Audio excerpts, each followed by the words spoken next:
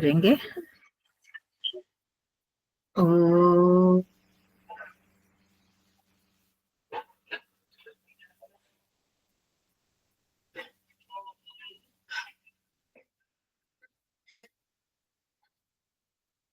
आप सभी को सादर सप्रेम नमस्ते जी।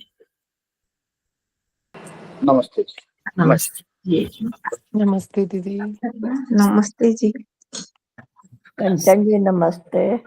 हाँ जी नमस्ते जी। नमस्ते। हाँ जी, हमारा ये योग दर्शन का चल रहा है। विभूति पाठ तीसरा समाप्त तो हो जाना चाहिए। आज एक ही सूत्र रह गया।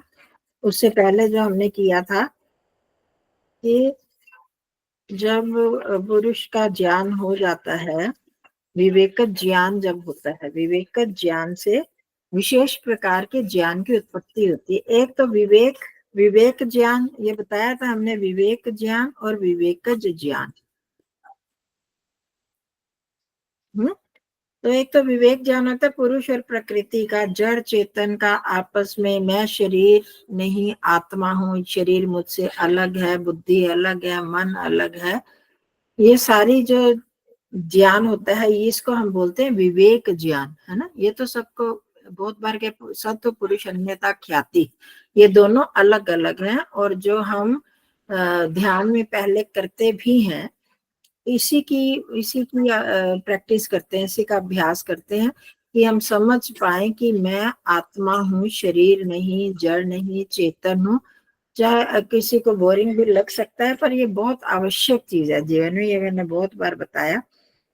तो वो विवेक ज्ञान अलग है। अब जब ये विवेक ज्ञान हो जाता है कि भाई ये पुरुष प्रकृति अलग है, मैं अलग हूँ, शरीर अलग है, मन अलग है, संसार के सब संबंधी, सब जितने भी पदार्थ हैं ये सब मुझसे अलग हैं, तब उससे विवेकज ज्ञान होता है। ये हमने पहले बात की थी।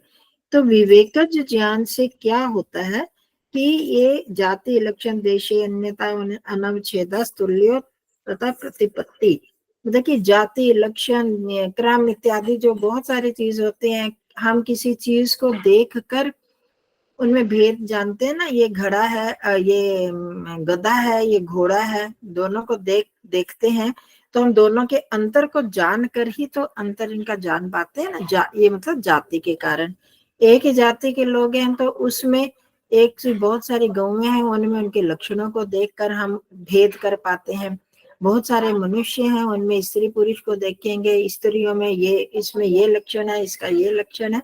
तो इस तरह से हम चाहे अपने आप को ऐसे अलग अलग से नहीं समझाते, पर हम जान पाते हैं ना सबको। हम कैसे पहचानते हैं, ये शारदा है, ये सुमन है, ये शशि है, ये प्रभा है, ये कौन है।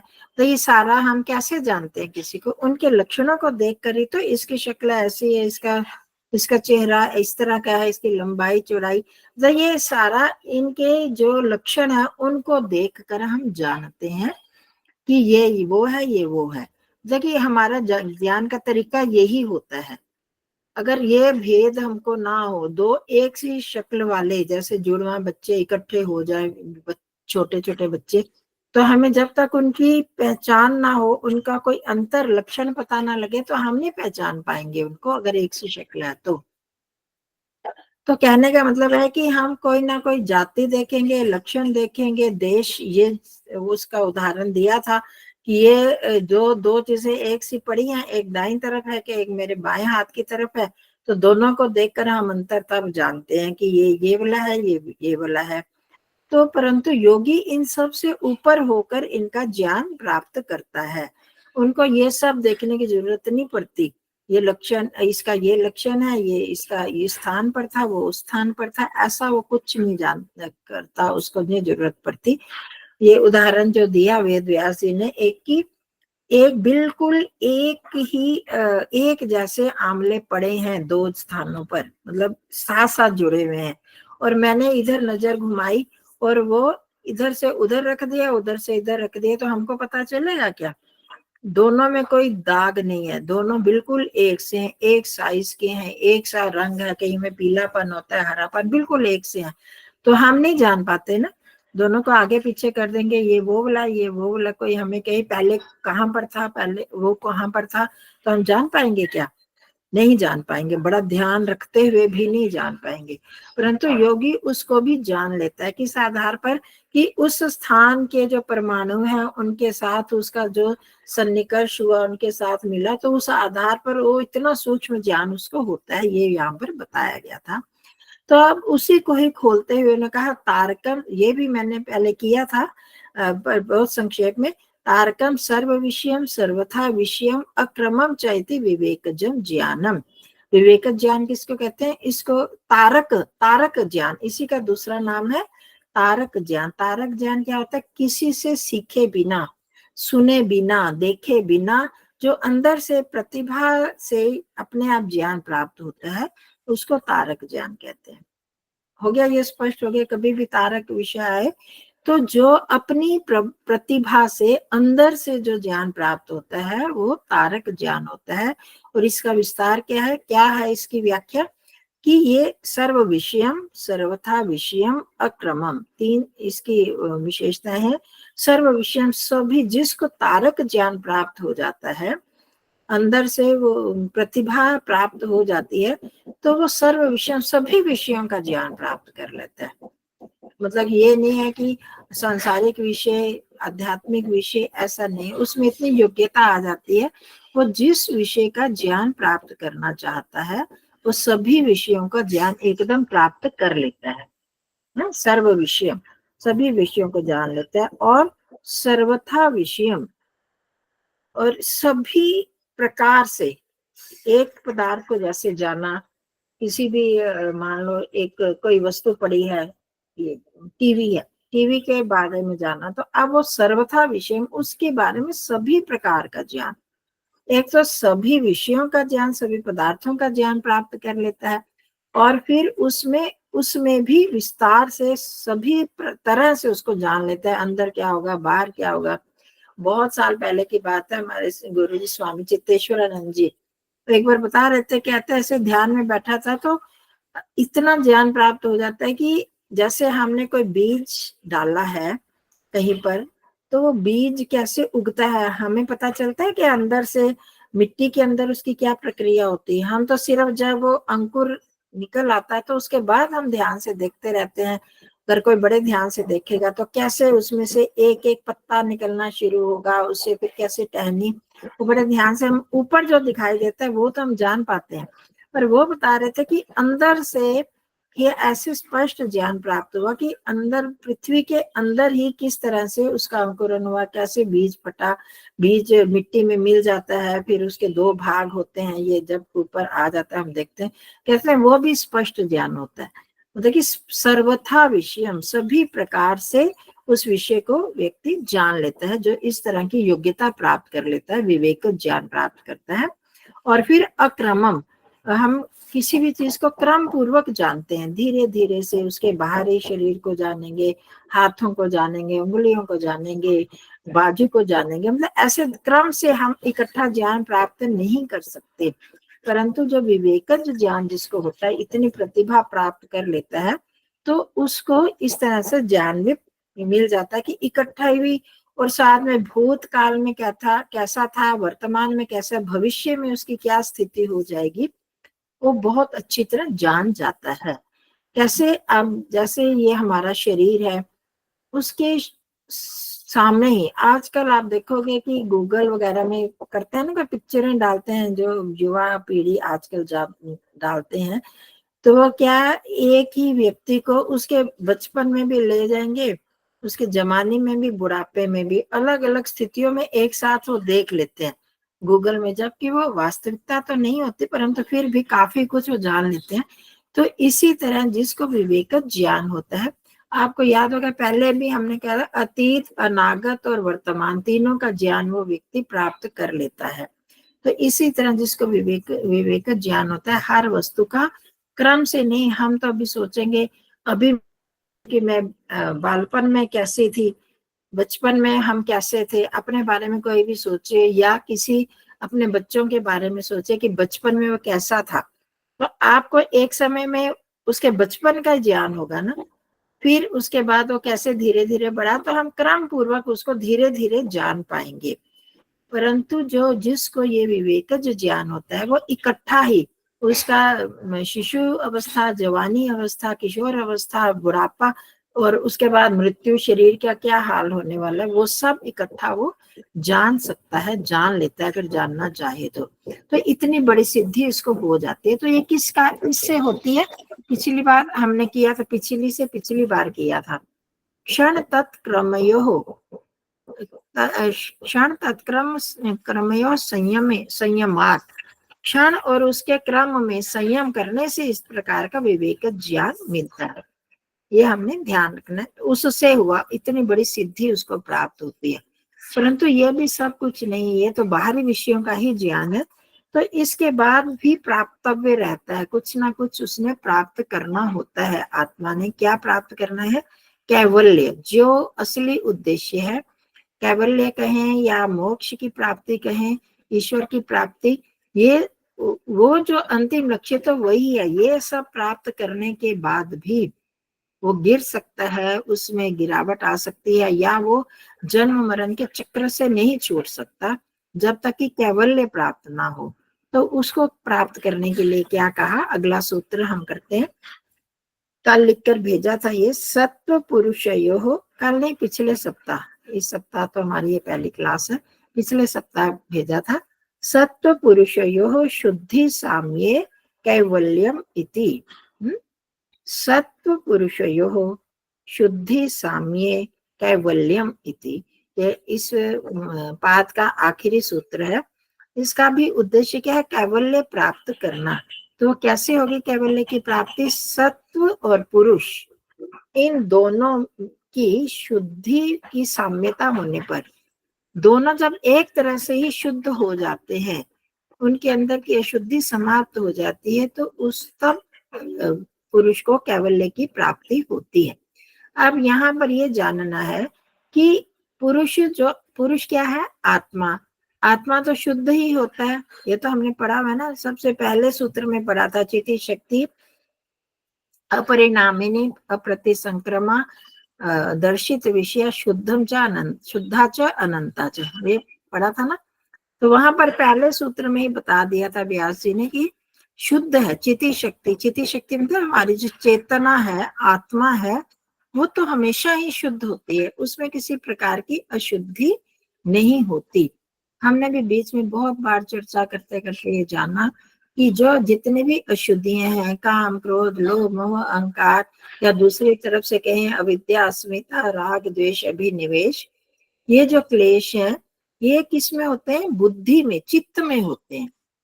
और हमने ये भी जाना था क्षिप्त, मूढ़, विक्षिप्त आदि जो ये 5 स्थितियां पहले दूसरे सूत्र में, ये भी पांचों चित्त की ही अवस्थाएं होती हैं, और उनका प्रभाव फिर हमारे आत्मा पर पड़ता है। तो हमें लगता है कि मैं कामी, क्रोधी, लोभी हूँ, मोही हूँ, हम ये सोचते हैं मेरे को बड़ा क्रोध आता है, मेरा क्रोधी स्वभाव है, हम ऐसे कहते हैं ना। परंतु जो वास्तव में जो आत्मा में ये दोष नहीं होते, ये अंतःकरण के, चित्त के ही दोष होते हैं। तो उसी चीज को यहाँ पर कहा कि जब बुद्धि, सबसे समीप वाली बात क्या है? बुद्धि की। हमें क्रोध, अभी बुद्धि के बारे में हमने बीच में ध्यान की स्थिति में बुद्धि के लिए भी हमने थोड़ा थोड़ा जाना था कि जैसे हम किसी व्यक्ति को, मैं जानने लगती हूँ कि ये मेरा प्रतिकूल है, मेरे प्रतिकूल है, मेरी हानि करने वाला है, मेरा किसी भी तरह से नाश करने वाला है, तो हमारा उसके प्रति क्या भावना बन जाती है? द्वेष की, कि ये व्यक्ति मेरे प्रतिकूल है, तो मेरे को उससे द्वेष होने लगता है। तो बुद्धि में हम वैसा ज्ञान रखते हैं तो हम द्वेष करने लगते हैं, तो उसका प्रभाव मुझ पर पड़ता है और मेरे को लगता है ये मैं उससे द्वेषी बन जाता हूँ। जब हमें लगता है कि कोई हमसे बहुत प्रेम करने वाला है, तो हम उसके प्रति मोही बन जाते हैं, राग उससे करने लगते हैं, बहुत प्रेम करने लगते हैं तो रागी बन जाते हैं। तो ये कहने का मतलब कि ये मन जैसा संकल्प विकल्प करके जैसा उसके प्रति अपना प्रभाव बना लेता है, बुद्धि वैसा ही हमको दिखाती है। तो हमने बार बार ये जाना है कि बुद्धि सबसे समीप, आत्मा के समीप सबसे बड़ी चीज क्या है? बुद्धि। इंद्रियां परे हैं, शरीर, शरीर में इंद्रियां हुई, मन हुआ, फिर बुद्धि, और इन सभी परे विषय होते हैं। मतलब कि जैसे देखना रूप है, रूप विषय मुझसे बहुत दूर है, आंखों से अलग है, फिर उनके समीप आंखें होती हैं, हमारी इंद्रियां होती हैं, फिर मन होता है, फिर बुद्धि होती है, और फिर आत्मा।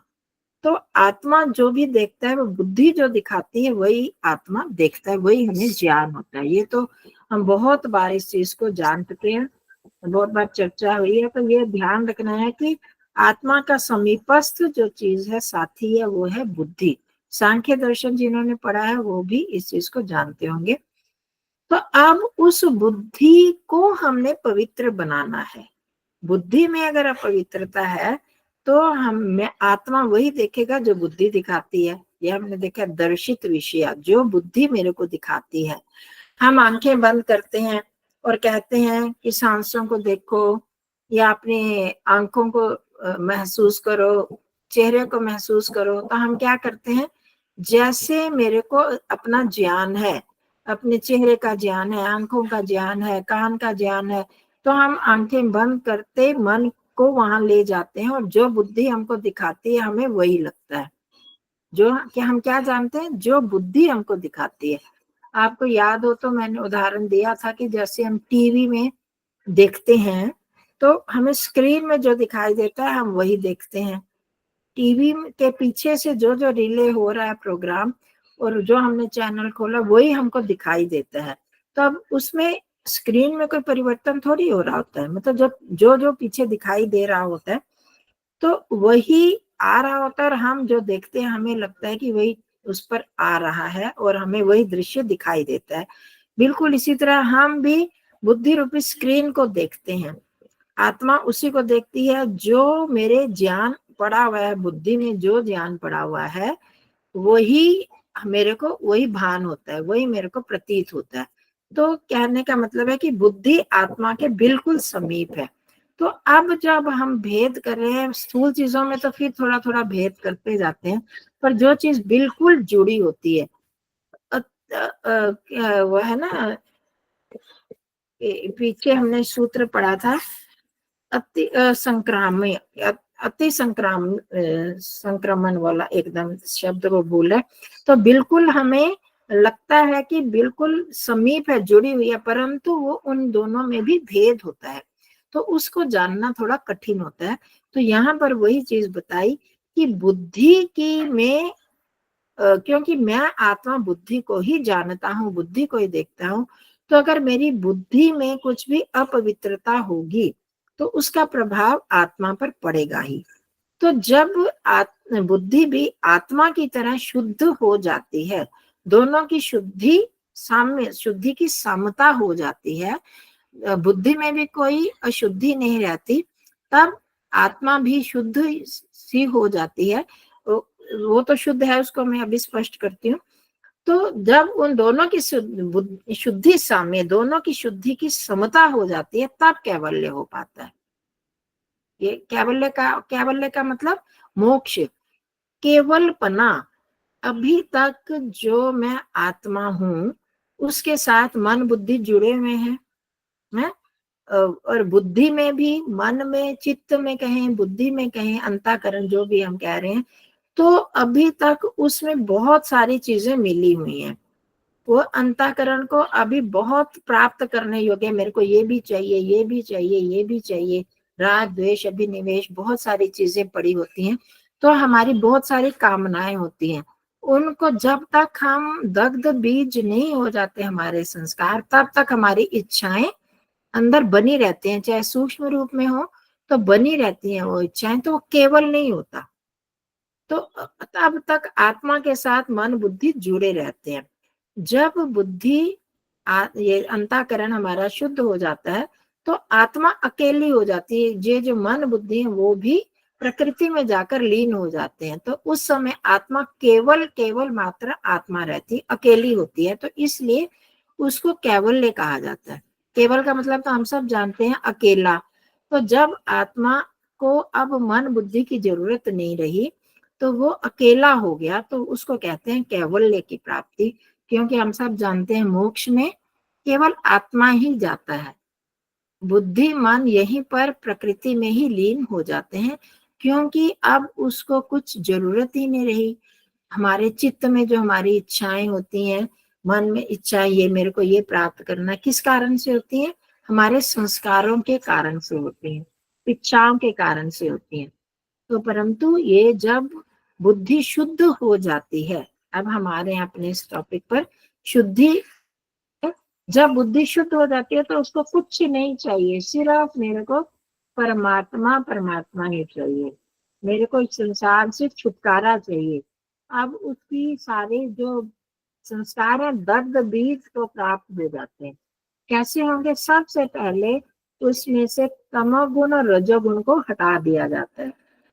हम अभी अभी तक जो हमारी स्थिति है, कभी तमोगुण बढ़ जाता है, कभी रजोगुण बढ़ जाता है, कभी सत्वगुण बढ़ जाता है ना? इतना तो हम सब जानते हैं। तो जब बुद्धि में से सत्व गुण ही प्रधान होता है, सबसे पहले क्रम क्या रहेगा? रज और तम का मल खत्म हो जाता है, सिर्फ सत्व गुण की प्रधानता रहती है। तो सत्व गुण अधिक हो जाने पर क्या होता है कि उसको पुरुष को ये ज्ञान प्राप्त हो जाता है कि मैं अलग हूं और ये मन बुद्धि अलग है। बिल्कुल शुरू में हमने शुरू के पहले अध्याय में ये किया था कि उसको अस्मिता मात्र की, अस्मिता की मैं आत्मा हूं, ये मन बुद्धि शरीर इंद्रियां सब अलग अलग है, ये प्राप्ति हो जाती है। इसको बोलते हैं संप्रज्ञात समाधि की उच्च अवस्था की आत्मा का ज्ञान हो जाता है। अब उसको भी समाप्त करना है। तत् परम पुरुष ख्याते गुण वैत्रिशन्यम, उस समय भी उसको पुरुष को पता चलता है कि मेरे को आत्मा का बोध तो हो गया, परंतु ये आत्मा का बोध भी सत्व गुण के कारण हुआ है। तो वो सत्व गुण कभी दब जाता है, कभी रजगुण प्रधान हो जाता है, तो गुणों से भी मुझे अलग होना है। तो उसका फिर दूसरा पहला स्टेप होता है कि रजो गुणों से और तम गुण से अपने आप को अलग करना। ठीक है, पहला ये हुआ है सत्व गुण को प्रधान करना। फिर उसके बाद सत्व गुण में भी, सत्व गुण होने पर भी उससे भी उसको अतृप्ति होती है कि सत्व गुण से क्या हो जाएगा, फिर अभी सत्व गुण दब जाएगा, तो फिर उसको फिर अविवेक आने लगता है। तो उससे भी, इन गुणों से भी ऊपर उठ जाता है और फिर जो उसके क्लेशों का समाप्त करना उसका काम रहता है, दग्ध बीज बनाना। उसमें भी हमने करा था कि उदार, विच्छिन्न, तनु और फिर दग्ध बीज, जो हमारे अंदर संस्कार हैं। पहले तो हमें जैसे मोह का संस्कार है, अभी मेरा दब गया, मोह नहीं हो रहा। अब क्या हो रहा है, मेरे को विच्छिन्न अवस्था में किसी दूसरे से द्वेष हो गया, किसी से मोह हो गया, फिर वो भी और तनु हो गया। दोनों ही, द्वेष के भाव भी, रज के, राग के भी, ये दोनों जो है वो तनु बहुत क्षीण हो गए। जो मैं दिन में सारा दिन मोह में ग्रस्त रहती थी, वो धीरे धीरे धीरे मेरे, वो भी कभी कभी अब उठते हैं। परंतु जब मैं उस तरह के लोगों को जिससे मेरा बहुत प्यार है, जब वो सामने आ जाता है या उसकी याद आ जाती है, जब उसका फोन आ गया, हम बातचीत करने लगे, तो फिर मेरा फिर वो जो है उसके प्रति मोह की भावना फिर जाग जाती है, या द्वेष की भावना ऐसे व्यक्ति से जाग जाती है। परंतु अभी है, आलंबन होने पर फिर वो जाग गया या स्मृति आने पर जाग गया, तो इसको हम कहेंगे तनु। अब उसको भी समाप्त करना है, जैसी मर्जी स्थिति हो, ना राग हो ना द्वेष आए, वो भावना ही ना जागे, तो इसको हम कहेंगे दग्ध बीज की स्थिति को प्राप्त करना। जब ये समाप्त हो जाएगी तब हम कहेंगे कि बुद्धि हमारी शुद्ध हो गई है। बुद्धि की शुद्धि क्या है? उस समय वो उस बिल्कुल ऐसे पवित्र हो जाना कि उस कुछ भी, कैसी भी स्थिति हो, उसको किसी भी विषय की तरफ उसका आकर्षण ना बने। ये तो बुद्धि की होगी। तब अब दूसरी बात है कि शुद्धि सत्व पुरुष और शुद्धि साम्य। तो अब पुरुष की शुद्धि क्या है? जब जो सामने जो भोग आए, वैसे हम क्या करते हैं, जब ध्यान की अवस्था में, जब योगी होता है, समाधि की अवस्था में होता है, तो उसको बाहर की कोई भी भोग विषय की तरफ उसका ना रूप रस गंध स्पर्श किसी भी की तरफ उसका ध्यान नहीं जाता। परंतु जब वो व्यवहार की दशा में आता है तो उसका फिर उसके प्रति आकर्षण होने लगता है। तो अब जब वो बुद्धि में आए, बुद्धि में अब कोई क्लेश बचा ही नहीं, कोई भोग करने की स्थिति नहीं बची। वो है ना बुद्धि वृत्ति सारूप्यम, वृत्ति का सारूपता भी अब उसकी समाप्त जब हो जाती है तो उसको कहते हैं पुरुष की शुद्धि। पुरुष वैसे शुद्ध होने पर भी बुद्धि के कारण अशुद्धि उसमें आ जाती थी। अब बुद्धि चूंकि शुद्ध हो गई तो अब वो पूरी तरह से उसमें किसी भी विषय को प्राप्त करने की लालसा ही नहीं बचती, इच्छा ही नहीं बचती, तो ये पुरुष की शुद्धि हो जाती है। तो दोनों जब शुद्ध हो गए तब वो कैवल्य को प्राप्त हो जाता है। हाँ जी, जागृति जी, आप क्या पूछना चाह रहे हैं? जी माता जी नमस्ते। नमस्ते जी। जी माता जी, मैं पूछना चाह रही थी कि ये आपने कहा ना सत रज और तम तीनों को हटा देते हैं, तो रज का तो समझ में आता है कि वो पूर्ण रूप से एकाग्र अवस्था में आ जाता है, तो रज तो वहां से वो हट ही जाता है। और ये तम गुण का हम किस प्रकार से समझे, क्योंकि शरीर में स्थिरता जो है वो तो तम के कारण हाँ, ही ये है ना। मतलब हाँ, वो एक समता में रहना, जिसको हम बोलते हैं संतुलन में रहना, उतनी तो आवश्यकता है उसको बैठने की। अब जब तमोगुण अधिक हो जाता है, एक संतुलन से अधिक, तो उस समय नींद आएगी, उस समय अंदर जड़ता हो जाएगी, क्या हो रहा है मेरे अंदर हमें नहीं पता चलेगा। नहीं समझ में आएगा। उस समय अज्ञानता की जैसे स्थिति हो जाती है अंदर, मतलब नींद सुषुप्ति जैसी स्थिति होने लगती है। उस समय जो थोड़ा आनंद की बैठा है ध्यान करने के लिए व्यक्ति, आनंद की जो अनुभूति होती है वो भी नहीं होती, उसमें जड़ता से आ जाती है, मूर्ता, जी वो तमोगुण का। अर्थात ये सारे गौण हो जाते हैं, प्रधान केवल सत्व ही रहता है। फिर हाँ सत्व जी, से हाँ भी जी। अलग हो जाना, अर्थात यहाँ पे परवैराग्य को ले लिया जा सकता है हाँ, मतलब कि इनके मलों से रहित, इनका जो कुप्रभाव है। अब जी मैं बैठ गई रजोगुण में। रजोगुण की प्रधानता थी, पहले तो शरीर ही डुल रहा था, या हाथ हिलाया, कभी खारिश की, कभी कुछ किया, परंतु वो भी समाप्त हो गया। तो रजोगुण तो है, थोड़ा उसको वो करने के लिए अंदर मानसिक रूप से तो चलेगा ना, जब तक हम चिंतन वगैरह कर रहे हैं तो वो थोड़ा तो रजोगुण होगा, तभी तो वो चिंतन चलेगा, उसकी क्रिया ही तभी होगी, परंतु बहुत थोड़ी सी स्थिति होगा, अल्प मात्रा में होगा। और इसी तरह तमोगुण उतनी स्थिति में होना चाहिए कि हमारे शरीर की स्थिरता बनी रहे। भाई उसमें स्थिर रखने के लिए तमोगुण की जरूरत है, वो स्थिरता का द्योतक है। परंतु उसमें जब जड़ता आने लगती है, मतलब कि नशा सा आने लगा, नींद किसी स्थिति होने लगी, तब तमोगुण की अधिकता होगी। तो ये जो रजोगुण का हम समझ रहे हैं कि हम चिंतन चलाते हैं, लेकिन वो भी तो आत्मा की इच्छा के अनुसार ही होता है ना, कि आत्मा मतलब अंदर से ही इच्छा करती है कि बस अब ये चिंतन भी नहीं चलाना है मुझे, केवल जो इम्पोर्टेंट है, मतलब ओम है या फिर कोई स्वरूप है या उनका गुणों के हिसाब से हम देखा जाए तो कोई भी एक ही गुण के ऊपर चिंतन करना, तो और वो उतना ठीक है, उतना चिंतन ठीक है। हम क्या करते हैं, एक गुण लेते हैं तो एक गुण पर स्थिर नहीं रह पाते ना, थोड़ी देर में वहां से हट जाते हैं, मन हमारा दूसरे गुण दूसरी तरफ चला जाएगा। हम प्रकृति के साथ परमात्मा को जोड़ रहे हैं, परमात्मा संसार की अद्भुत रचना करने वाला है। जब हमारा जो दृष्टिकोण है या हमारा चिंतन परमात्मा की उस अद्भुत कला पर रहना चाहिए, परंतु हम कहाँ खो जाते हैं, प्रकृति के दृश्यों में खो जाते हैं बहुत बार, है ना। वो करते करते हम उनसे जुड़ जाते हैं, जो परमात्मा है वो उसको भूल जाते हैं। तो वहां जो रजोगुण की थोड़ी सी अधिकता हो गई, अपने उसमें संतुलन में नहीं रहा, तो उसको भी हमने सिर्फ वहीं पर, परमात्मा सर्वव्यापक है तो सर्वव्यापकता पर ही हम टिके रहे। जो जिस गुण को हमने लिया है, आत्मा ने इच्छा की सर्वव्यापकता की या सर्वज्ञता की, न्यायकारिता की, परंतु हम थोड़ी थोड़ी देर में भटकते रहते हैं ना, उस गुण को छोड़कर दूसरी तरफ आ जाते हैं ना, तो वो रजोगुण अधिक हो गया। तो शुरू शुरू में तो हमें ऐसे थोड़ी थोड़ी देर के लिए करना होता है, परंतु बाद में हमें एक तरफ इस दृष्टि से हमने किया था काफी दिन पहले, दूसरे अध्याय में शायद, कि इतनी देर तक हम जब करते हैं, एक ही विषय पर रहेंगे, तब हम उसको ध्यान कह पाएंगे। इसके तृतीय अध्याय के शुरू में किया था। तो इतने क्रम में कितनी देर तक यहाँ पर इतना ध्यान टिका रहे, इतनी देर धारणा बनी रहे, इतनी देर ध्यान बना रहे, फिर वहीं पर हमारा चित्त टिका रहे, जिसको समाधि स्थिति कहते हैं, तो तब हम कह पाएंगे कि हम ध्यान कर रहे हैं। याद है आपको? हमने थोड़ा सा अभ्यास। जी माता जी, मुझे स्मरण है किया था।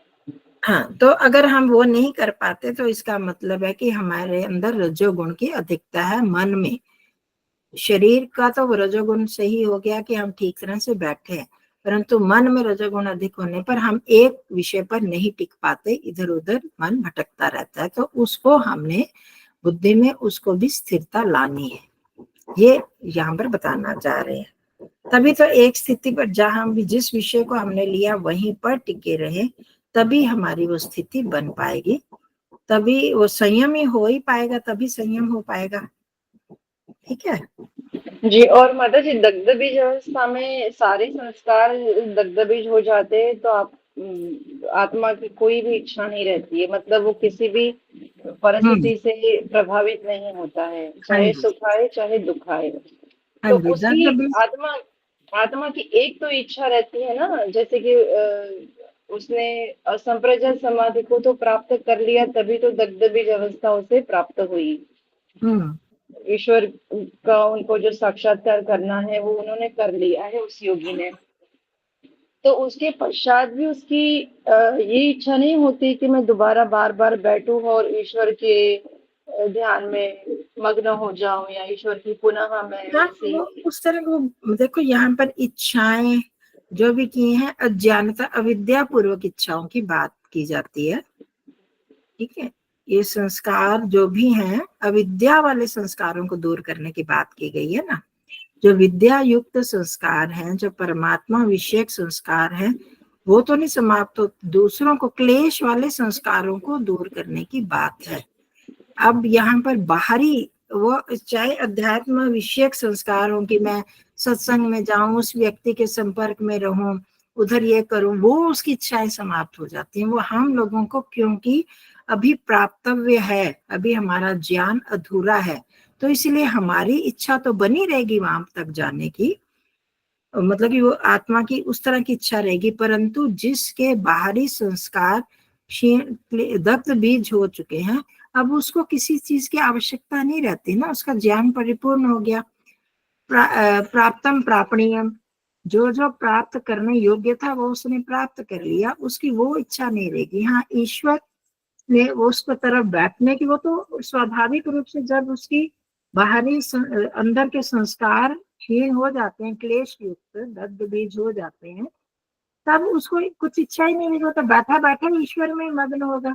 अब बैठना क्या है, उसको बैठा है तो ईश्वर से ही जुड़ा हुआ है।